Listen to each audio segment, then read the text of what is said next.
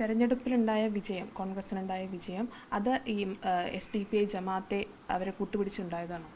ഒരു സംശയമില്ലല്ലോ. അന്ന് തെരഞ്ഞെടുപ്പ് വിജയമുണ്ടായിട്ട് ഏറ്റവും ആദ്യം പ്രകടനം നടത്തിയത് തന്നെ SDP ആണ്.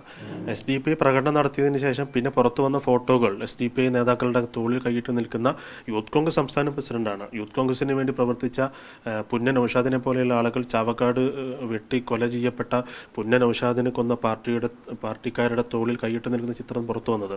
അപ്പോൾ അത് ഒരു സംശയവുമില്ല, അവരുടെ കൂടി വോട്ട് വാങ്ങിയിട്ടാണ്, അല്ലെങ്കിൽ അവരുടെ കൂടി ക്യാമ്പയിൻ, അവർക്ക് ഇത്രമാത്രം വോട്ടുണ്ടോ എന്ന ചോദ്യം ഉണ്ടാകും. പക്ഷെ അവർ ഉണ്ടാക്കുന്ന ഒരു ക്യാമ്പയിൻ ഉണ്ട്. ഞാൻ ചോദിക്കുന്നത്, ഇപ്പോൾ ഇന്ത്യൻ യൂണിയൻ മുസ്ലിം ലീഗ്, ആ മുസ്ലിം ലീഗ് ന്യൂനപക്ഷ സമുദായത്തെ പ്രതിദാനം ചെയ്യുന്ന ഒരു പാർട്ടിയാണ്. പക്ഷെ ആ പാർട്ടിയുടെ പിന്തുണ പോരാ. SDP നോട്ടീസ് അടിച്ച് ഇറങ്ങിയാലേ, അല്ലെങ്കിൽ ജമാഅത്തെ ഇസ്ലാമി നോട്ടീസ് അടിച്ചിറങ്ങിയാലേ നമുക്ക് ജയിക്കാൻ കഴിയുന്ന അവസ്ഥയിലേക്ക് കോൺഗ്രസ് എത്തിയിട്ടുണ്ടെങ്കിൽ അത് അവരുടെ